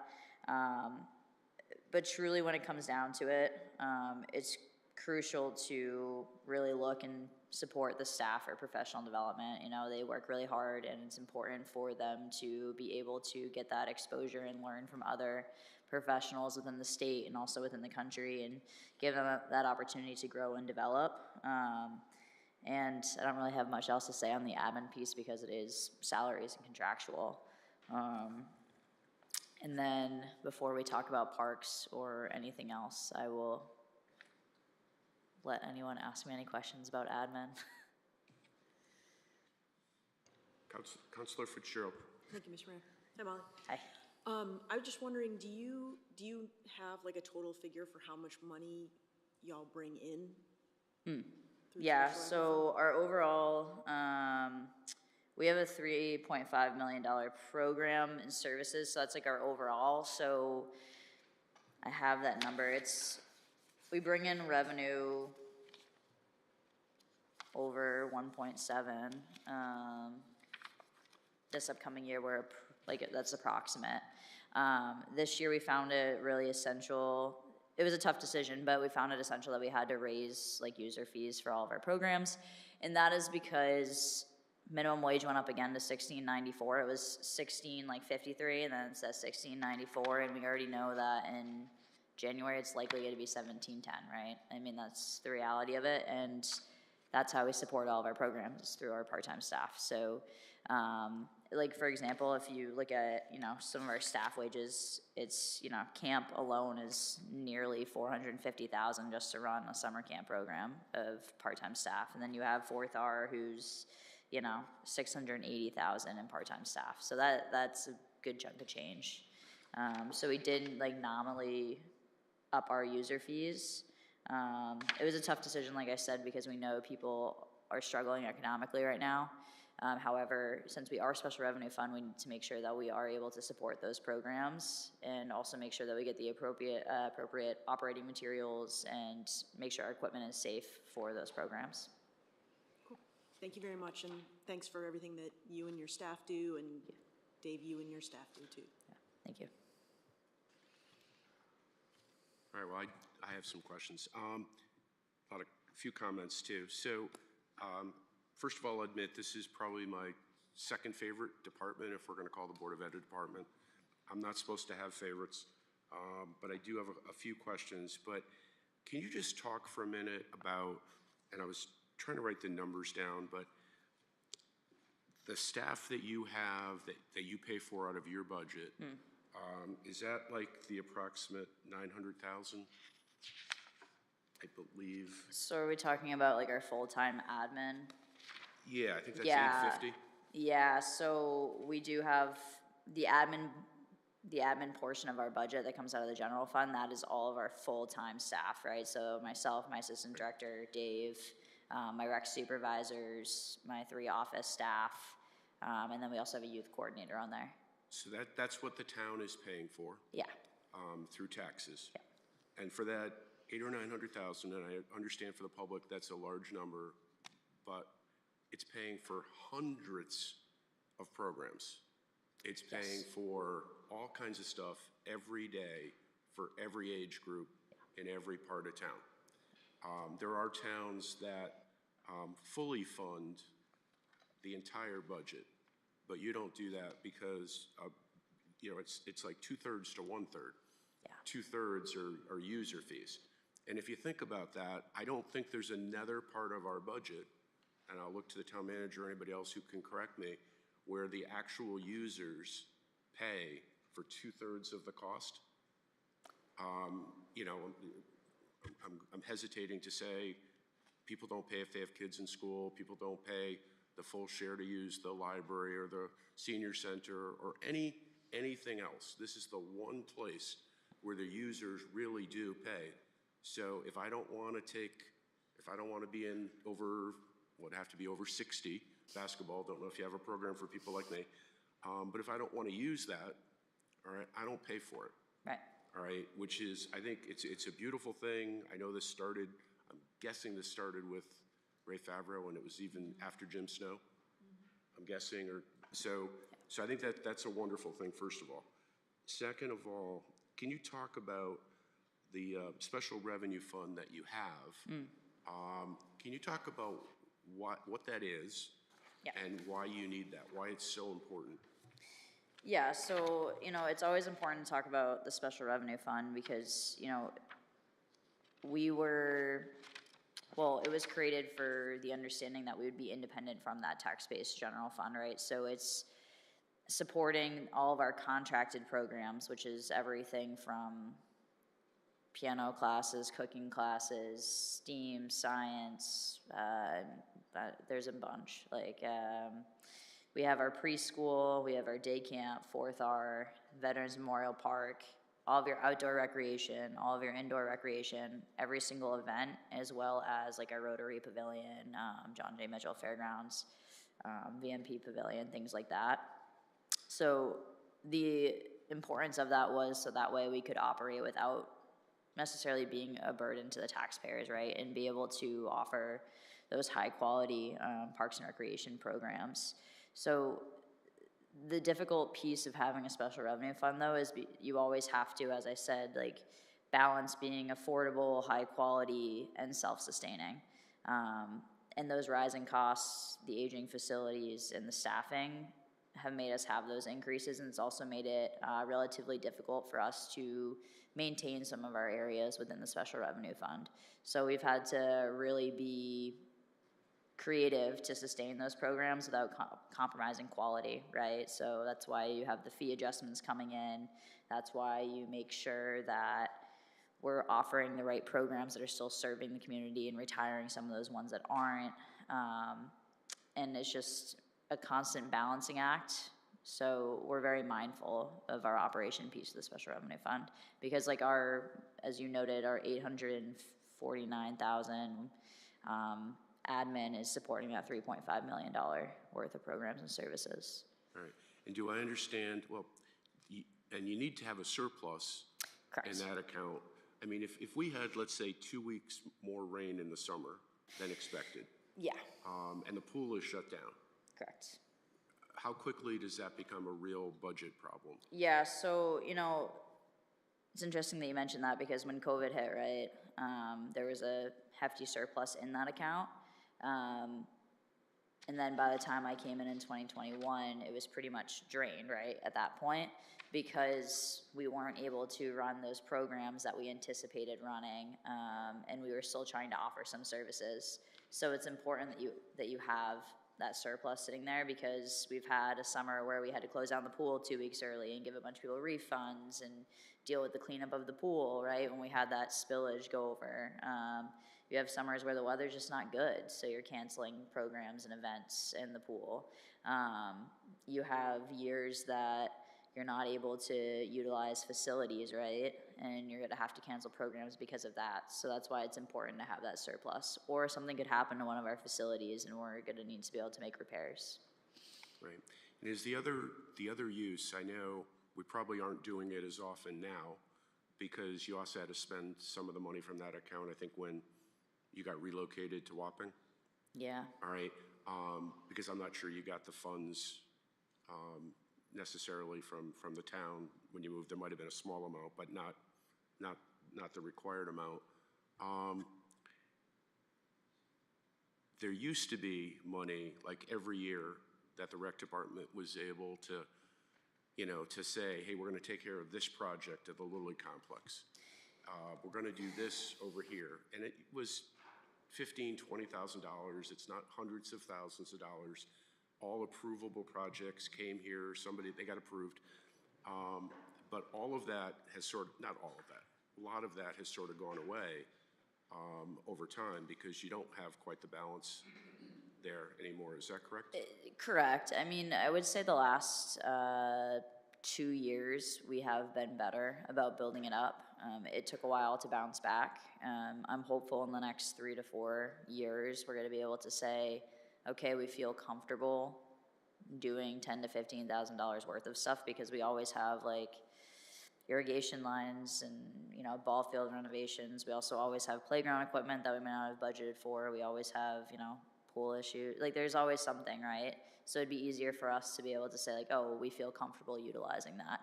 We're not at a space that I want to do that right now, just because there are some variables when it comes down to, again, the minimum wage, but also our nursing costs for inclusion, because that's also skyrocketing, and the inclusion needs. So I don't feel comfortable enough to, you know, put money towards programs or fixing things unless it's absolutely necessary. All right. And then just a couple others. One is, I think just the public needs to understand that sometimes it's great that volunteers help build something or get something, and that's a good thing. And if you look at Nevers Park, it's full of things that started by volunteers, but ultimately the town then owns those things, wherever they are. So whether it's the playground that was one of the first handicap accessible playgrounds in the area, and that was wonderful, a lot of volunteers, but over the last couple years, we're budgeted to spend close to $1 million to kind of bring that up, you know, make it safe and bring it kind of to the next level. I'm not sure that was envisioned 10, 15 years ago, whenever it was first built.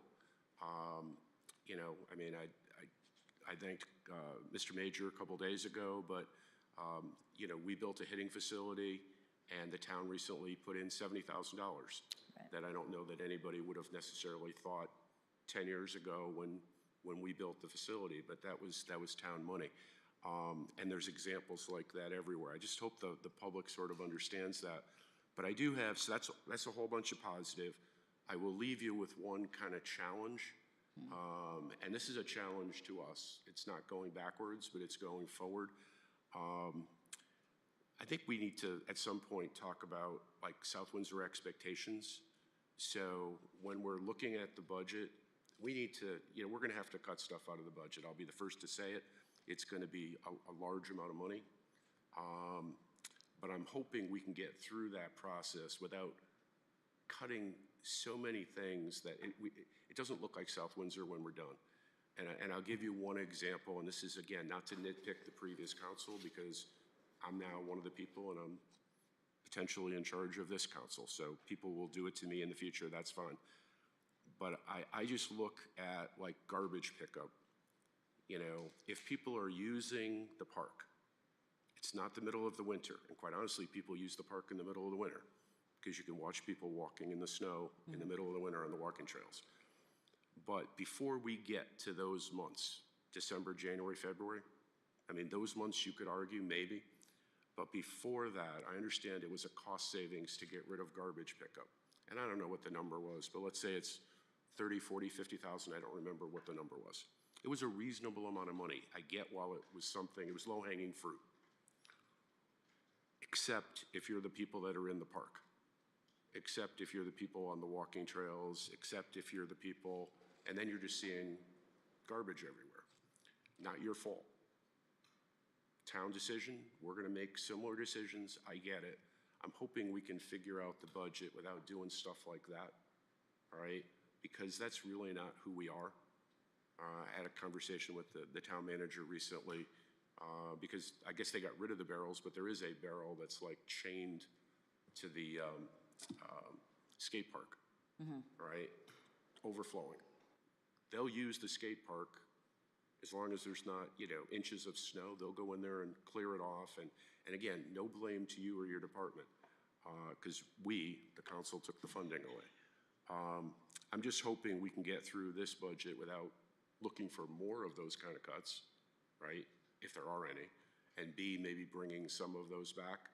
Because at the end of the day, if it costs a couple dollars extra a year, I mean, is that who we are? I guess is the challenge to us, and it's going to be, because we're gonna have to cut, but hopefully we're not doing any more of that. But other than that, if you could thank all your staff on both sides. They do an amazing, I mean, since Dave is in the audience, anytime there's a change in like leadership in part of the staff, you always wonder. And we had, everybody who uses the sports fields had a great relationship with the previous person in Dave's position, and then there was a change. It was amazing then. I don't know what the word better than amazing is, but it's amazing now. They do just, great work. The other thing that your staff does a great job of is occasionally if they have to say no, which is a hard thing, they do it in a way that sometimes you leave and you didn't even know that they said no. Because they offered you something, they did something else. It might not be today, but we're gonna get, it's the priority tomorrow. Or it's no, but I want you to understand why it's no. It's because the Strawberry Fest is 2 days from now. The Apple Fest is 2 days from now. Some parade is 2 days. I mean, the explanation is, but we haven't forgot you. So just, hold on for a day and we'll get to you. I think you guys do a great job of that. I would imagine your phone rings all the time with all the programs you're running. It's a 24/7 job right now. So thank you. Deputy Mayor Paterno. Thank you, Mr. Mayor. Thank you, Director Keys. Your staff is amazing. I want to extend my thanks to all of them. And they're available morning, noon, and night, weekends, especially when I'm involved with a program at one of the parks. I can call Dave on his personal phone. He probably doesn't like that I have his number, but I can call Dave anytime and say, Dave, there's a problem, and we'll meet and we'll address it. So it's such a responsive staff in every program. And then the other thing is the breadth of the programs that you sponsor. You're not fixed on one track and doing those things over and over again. You're always looking for new ideas, new programs. So I applaud you and your staff for all that. And I thank Dave for giving me his phone number. Thank you. And I apologize, Councilor King, if I missed you. No, not at all. Thank you, Mr. Mayor. So did I hear you correctly? You're just going to do the admin and then Dave is going to take the rest? The parks, yes. Yeah. Well done from a management standpoint. Okay. Wondering then, I don't know if this is the appropriate time to ask you, only because, and if it's not, then Dave, you'll just take the hit.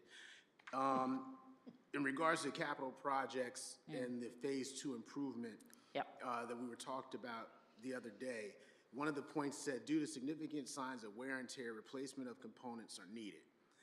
And it hasn't even been 5 years. Are we able to get a refund or anything on those components? I mean, the playground's over 20 years old. is it? Yeah. That's what we're talking? The Boundless Phase 2? Yeah. Is it 20 years? Yeah. I was like, it's over 20 years old. Holy Yeah, so, and to that point, though, all playgrounds, like, we have to follow, like, protocols, and we have, No. Hey. yeah. There's Hey, life cycles on the playground, yeah.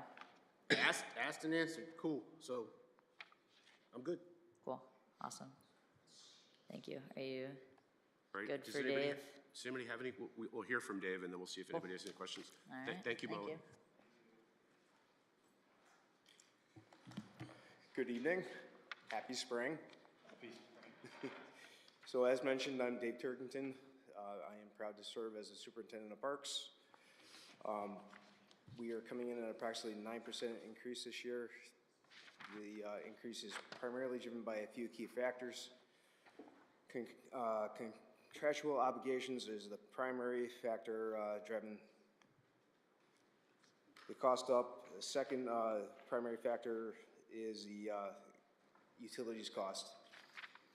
Specifically water. Connecticut Water has proposed on the table for a 19% rate increase. Has not been passed yet, but we got a plan for that. Additionally, improper water metering at Rice Street Park has impacted our budget here, and we need to make some adjustments to realign the budget to actual consumption. The last major impact is the 442 budget, our equipment budget.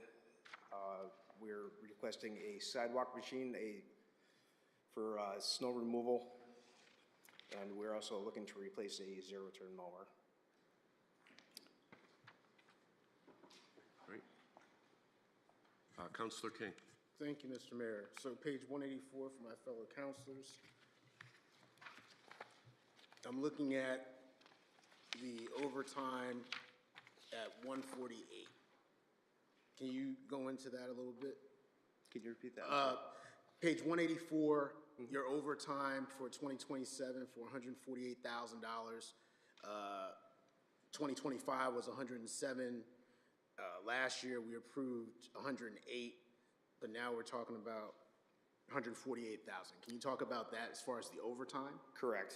So along with Public Works, we're increasing our budget to reflect our actual usages in overtime. Okay, so that's time and a half, right? Correct. So does that mean we need to hire more people? Excuse, It's like storms, contractual, like also everyone's salaries are going up, so like overtime, but like all the storms, we didn't, we Molly, haven't can you had come that. to the, sorry. It's just the storms, like we haven't had a bad winter in years, so the storms dramatically increased and we want to be prepared. yes. Thank you, sir. It's two-part. The other part Molly mentioned is it's also salary increases Yes. as well. So, Yep, that's it, that's in you there know, as well. there's contractual salary increases and then it's time and a half for storms and it's all that much more expensive. That's fine. Thank you. You mentioned the utilities, obviously they've gone up from 69, 76 to 134. Water and such. You mentioned the 442. Thank you. So I see the town manager, blah, blah, blah, trash collection, also reflects the decision to lease, to own new equipment. Eliminates a new plow truck. So obviously we put the money in for the overtime, but we took the money out for the truck. Can you talk to me about that? Because that Sure. doesn't seem to balance for me. We currently have 24 pieces of equipment that are past their life expectancy. Yep. So, every year we like to put something in to replace these aging pieces of equipment. This year, I asked for a plow truck along with this piece of sidewalk equipment and a mower. Okay. So, we gotta make difficult decisions. That was the first thing to be cut out. So, okay, so I'll ask the town manager, how do you justify asking for $148,000 in overtime, but taking away one of the pieces that they need for the overtime that's needed? So the two things are not actually connected. The increase in the overtime is a result of actually having to put people on the street, as well as to be able to afford their costs associated with contractual obligations. The piece of equipment, the decision behind that, if I remember correctly, what was the year of the pickup truck that it It was currently? a 2006. So a 2006 piece of equipment that we decided, could we add another year out of it? We So it's had a 20 years old. conversation- Yes. We had a conversation about that piece of equipment and whether we could get another year out of it and forego buying this piece of equipment. We also, in conjunction with having that conversation, discussed the current pieces of equipment they have and what it would take to put crews on the street to be able to do their work during that week. And we do, through those conversations, I feel comfortable, I think Mr. Turkington probably feels comfortable at this point, that we have enough equipment that we could put crews out in different parks and different places and get them to their job sites on a regular basis throughout the year, without buying this new piece of equipment. So to that end, one of the things that I joked about, especially this year, to a lot of my friends, especially the ones that live in New England, is I said one of the things that I'm especially proud of, and I still have the price sticker on it from when I bought it, when I moved here, for $1,000 for a snowblower. And I said, if you don't have a snowblower and you live in New England, you were just hit. And we saw a lot of driveways that unfortunately people didn't have them, or even if they did, it got plowed over. And so my question is, again, as a follow-up, it would seem to me that that is something that we would definitely need, no? The way that this past winter has been, if we're talking about 20 years that something is not, isn't that something that sounds like it would be it would pay for itself? So, again, we reviewed the age and the ability of what that vehicle currently is. We felt we could get one more year out of it. So what I'm fully happens- expecting next year, we're probably gonna have the request for that vehicle in next year's budget. We rely on our fleet maintenance supervisor to make that call for us too. He goes through and, So the lawnmower too, so both of those. No, the lawnmower is in the budget. Oh, I thought you said The lawnmower is in the budget, snowblower. so the lawnmower is in the budget, the But the snow blower is snowblower's in the out. budget? No, that's in there as well. So, Those were moved to a lease to purchase program rather than buying them outright in cash. okay. The So- only so thing, we're the not only taking- equipment that was cut out of the budget was the truck. Okay. So we don't need the truck. Okay. I just want to make sure, after this past winter, I'm just trying to, if we can get ahead of what may come, I'd rather do that than if something breaks down and then all of a sudden we're going to Lowe's. And that's the problem we had with the snow blower, that's why we decided to move forward with that. That's the problem with the lawnmower, and that's why we moved forward with that. We're gaining more and more sidewalks throughout town. We're up to around 7 miles of sidewalks that we maintain through the winter, so. Okay, Just so needs it's a to- need, okay. Yep. Thank you. Counselor Delnicki and then Deputy Mayor Paterno. Thank you. On page 184, utilities, is that where the water budget is? Correct. Okay, do you have a breakout of what the splash pad? I mean, would that, That is not under my budget. whose budget is that? That, Mr. that, Maniscalco? I believe that's Clay. Correct. That was in Clay's budget. Okay, all right, thank you. You're welcome. Okay, maybe, can we just clear up, I just want to, I think I understand what overtime is for this particular department, but is it like a combination of, because you're not overstaffed, if a couple people call out or whatever, everybody might have to work an extra hour or two to get what you need to get done. It's regular work day when you're fully staffed, but you have stuff that needs to get done. Like, for example, it's the day before the Memorial Day Parade, and you guys are down at the pool, making it look so nice when everybody gets there. It just doesn't happen. That is an example. That morning, you probably have people there 2 hours before anybody else gets there, setting up stuff. It's every time one of the political parties wants to have, you know, an Apple Fest or a Strawberry Fest, or what's the new one? Pet Palooza. Pet Palooza. There's stuff that happens, especially, I use the Strawberry Fest because I'm jealous, but when the Strawberry Fest was at Nevers, you'd have to put the signs out, like, don't park here because there's 10,000 people coming. Somebody has to do that. And that either happens during the regular workday, but if you have a whole bunch of other stuff that get done, it might have to happen above and beyond that. We have some people have tournaments, a whole bunch of holiday events. I'm assuming it's a whole combination of stuff.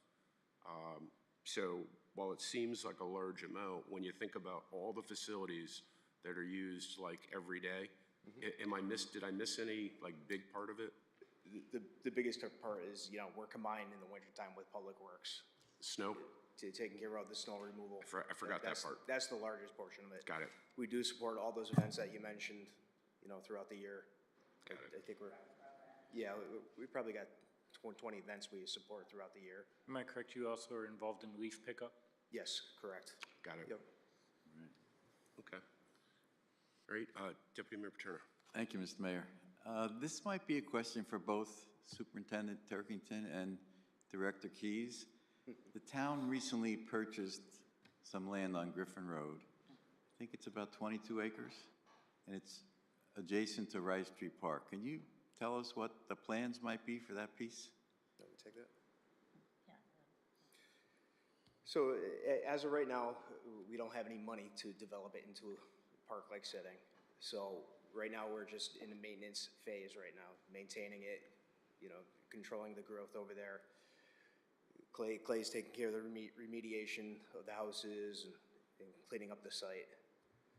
So eventually, you know, we need to get a plan going on, develop it into a park, take it from there. We're hoping to do like long-term fields and some trails. So it'll be, since it's connected already to Rice Street, it's going to be a continuation of the kinds of activities that are already in Rice Street Park. Yes, Great. correct. Thank you. Okay. Is everybody good? All right. Thank you, Dave. Thank you, Molly. Thank you. That's all we have for tonight. All right. Can I get a motion to adjourn?